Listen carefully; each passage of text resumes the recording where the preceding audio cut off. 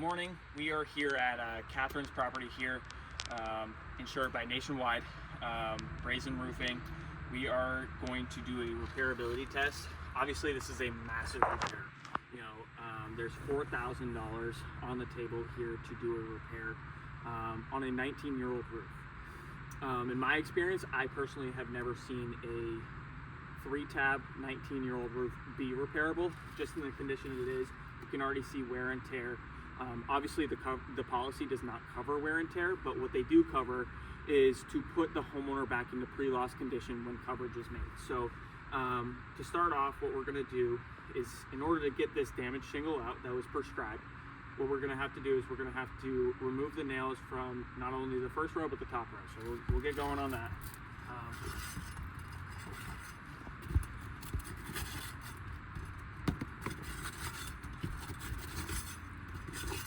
Now what we're looking for is we're going to look for obviously the granule loss.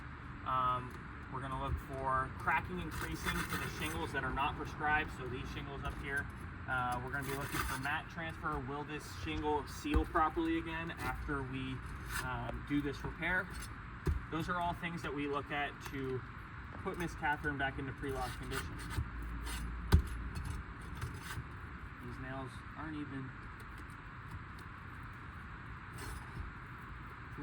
holding the thing together. I can tell you just how old this shingle is. Okay, already done with the first row.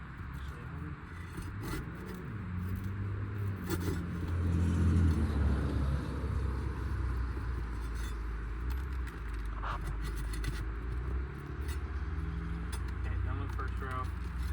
Second row. Yep, you've seen a nail pull right here where now this shingle is not being held down. The nail was too overdriven.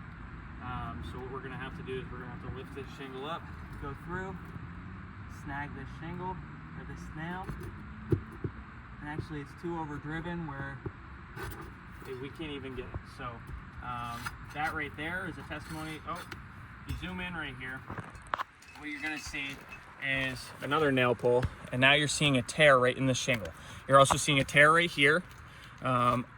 This shingle is not prescribed in the repair. So what this already says is this repair is not going to leave Kathrine into pre-loss condition. So therefore, we need to look at other coverage decisions. Can't even get that nail. Obviously, in the policy, it does not cover for manufacturer defects or anything like that. But this roof was insured, and a weather event did happen. And in order to repair this roof, what needs to happen is Kathrine needs to be put into pre-loss condition. And as us as building contractors, we need to abide by code, and we need to make sure that all these warranties that we insure can last. And if we can't do that, we can't do our job. So I think we're missing a couple. Actually, we're missing the ones that are overdrawn. So that's just a testimony. I'm just pulling on it and it tears. Obviously, this is the damaged shingle, so it really doesn't matter. Okay. The big part is we're going to put the shingle right back in. Within this process, getting the nails out is typically the easiest part. Now, putting the nails back in, the shingles are going to be manipulated a little more than the first part. Obviously, we are not intending to damage these shingles whatsoever. See the overdriven nails that we could not get out. Now look, the shingle cannot sit properly. So now this laminate strip won't even seal these shingles. Now we're gonna have to go back in. We might have to work a little tougher to try to get these nails, but man. Wow.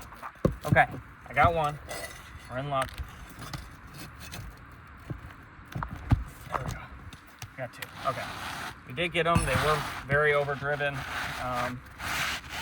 Put this back in. Man, seriously not right? What's going on?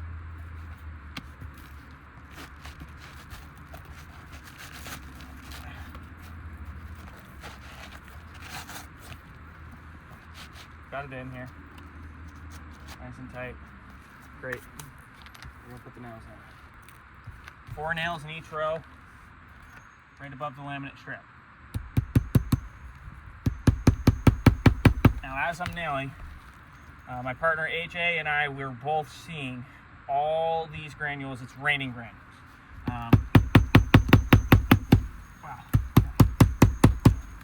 The question is would you want that on your home? While repairing your roof, would you want your roof to be raining granules?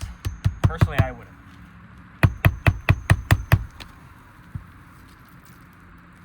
Now, I know it's typical nowadays that insurance companies, they just pay for what's damaged. Totally understand. But what's frustrating is as contractors, they don't really look into the repairability of it. You know, the liability now falls on the contractor. If we go ahead and do this massive repair, Miss Katherine's going to be calling us within a couple weeks saying this repair is awful. You know, and that falls on us. So that, you know, we can't do that. And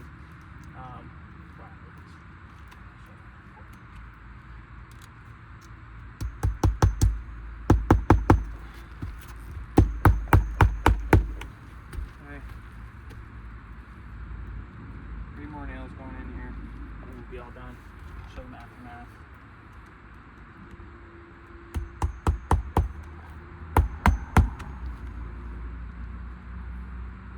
More.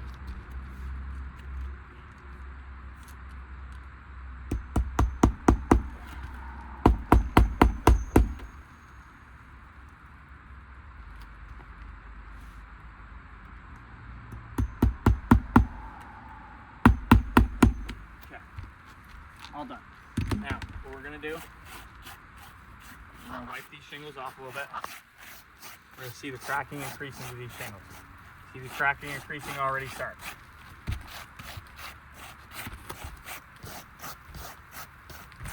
We'll gently. There's a significant difference. All these look like wind damaged shingles.